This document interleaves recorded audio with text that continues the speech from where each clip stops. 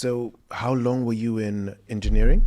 I was in engineering for about 6 years. 6 years. Yeah, but I would say that was an interesting 6 years because not only did I do that, I also did the 777 freighter. Okay. So the 777 freighter, we were designing the airplane in the 2006, 2007, 2008 timeframe. And so I was actually responsible for doing some of the load analysis on the wing box center section. So that was another cool project I was able to work on. We also did a bunch of things on you know, when you design an airplane, you design a program to go with it.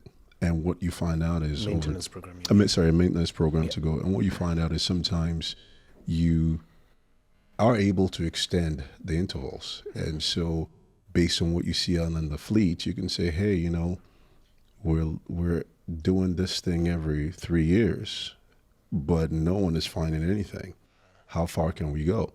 Or maybe it's not lasting the 3 years you initially thought, and you're like, okay, well, for these reasons, maybe you need to shorten the interval. So there are these kinds of considerations that you end up doing. But one thing I'll say is the 777. I mean, I guess maybe that's why it's my favorite airplane, because when I started in engineering aerospace, that's what I worked on.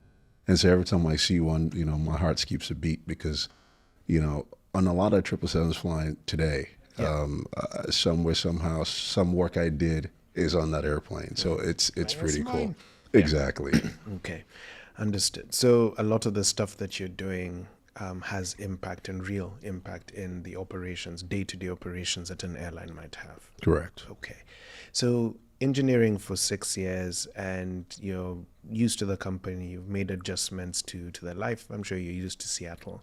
Then you take a shift out of the engineering side and into the customer-facing side. Correct. Talk to me about that, please. Yeah, so I would say I enjoyed engineering. The analytical aspect of it definitely matched my intellectual curiosity. I love mathematics. Even till today, mathematics is one of those things I just love doing. And so at some point during my undergrad, I actually took a marketing class at Embry-Riddle. And I just was drawn to,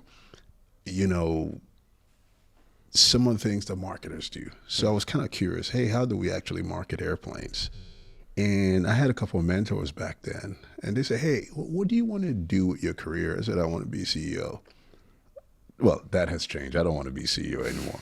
But anyway, so I said, hey, I want to be in sales one day. They said, well, you can't just go from structures engineering to sales. Yeah. Like, you need to learn the product, not just from the structure side, but systems, performance, network analysis, the economic analysis, and all of that. And they said, oh, by the way, you need an MBA. I was like, oh, okay, well, you guys are going to pay for it anyway, so let me just go ahead. Might as well. So I had a really, really cool friend, Jamar Everett. He was working for Verizon at the time. He wanted to go to Wharton School of Business or Harvard. Incredibly smart guy. He's also one of my fraternity brothers. He said, hey, let's go study for GMAT. Let's do GMAT. And I'm like, I just came out of school last year. I mean, I think I want to take a couple of years. It's like, no, just do it. Just get the GMAT out of the way. Okay. Like play. So if you look at this, I graduated in May of 2005. By the fall of 2006, I was taking a GMAT. Okay. So kind of like a year and a couple of months after I got out of undergrad, then applying to go to business school in spring of 2007. So you're talking about less than a 2-year time frame. But again, Jamar was like, nah, just go ahead and do it. I'm like, okay. Well, I can't quit my job because I kind of, need the money. Need the money.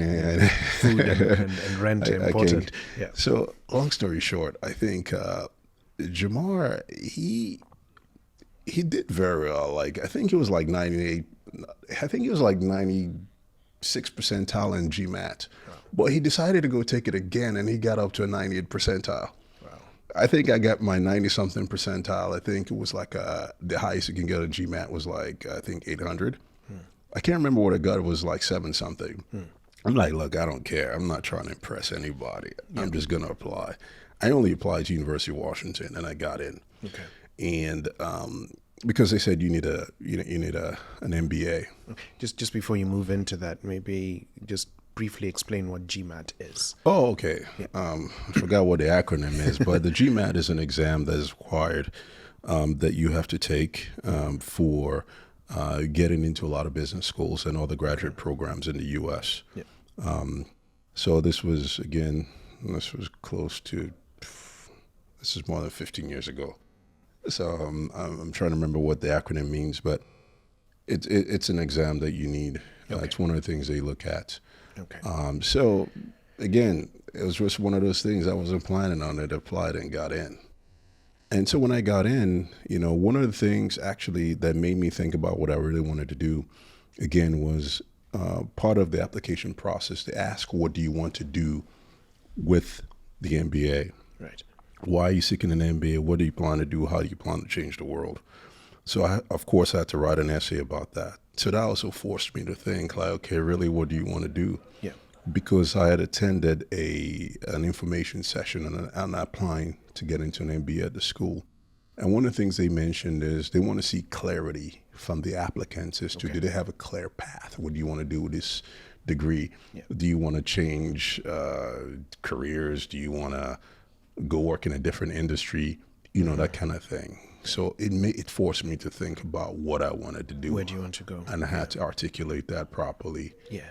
And Because I know for many people, you're in your late 20s, you're not necessarily thinking about where your career will be 10 years down the line, but it's a good time to start thinking about it, starting to see, where do I want to go and what does it take to get there? I think it's a good exercise to do, and I'd encourage anyone who hasn't done it yet, even if they're not looking to apply for something, to think about it. Absolutely. Just, what do I want to be 5 years from now, 10 years from now, 15 years from now? You have to see think. if you're on the path towards that. Absolutely. Absolutely. You have to plan for it. Otherwise, and like I said, I found myself, remember I mentioned trying to be an astronaut, didn't do that.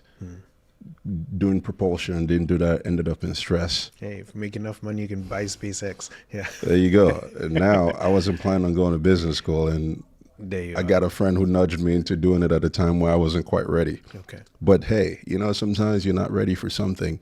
You find yourself in it. You just have to power through, get it done. Okay.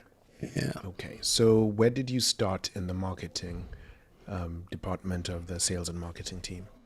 So I started in a group called Airline Economics, and basically the core function of the job is to analyze both our products and competitive products, and understand the critical attributes that boils down to value for a customer. So one of the biggest questions that I think I flew about 1 million miles around the world, talking to customers about why this airplane is better than that other airplane, and of course, I work for Boeing, so I'm sure no one is going to be surprised what I was saying. But why is one airplane better over the other? The reasons. Is it fuel? Well, what makes fuel better? Is it maintenance? What makes maintenance better? Is it weight-based fees? Is it, I didn't dabble too much into seats, but I had to understand that because that's the revenue aspect of how airlines make money. So it's a revenue focus. So one of the things I was always encouraged about in my job role is never be too comfortable just doing what your job entails. See how you can branch out and think about other things, right? So airline economics focused on cost of running an aircraft versus another. But then revenue is a big part. So I actually learned while I was in airline economics, things about revenue, seats, comparing that to cost, and just trying to understand on my own, how do these two things go together? Because sometimes something costing a little bit more may not matter if the revenue generating capability far exceeds the cost of, especially in certain markets. Yeah. So it's always good to understand those two things.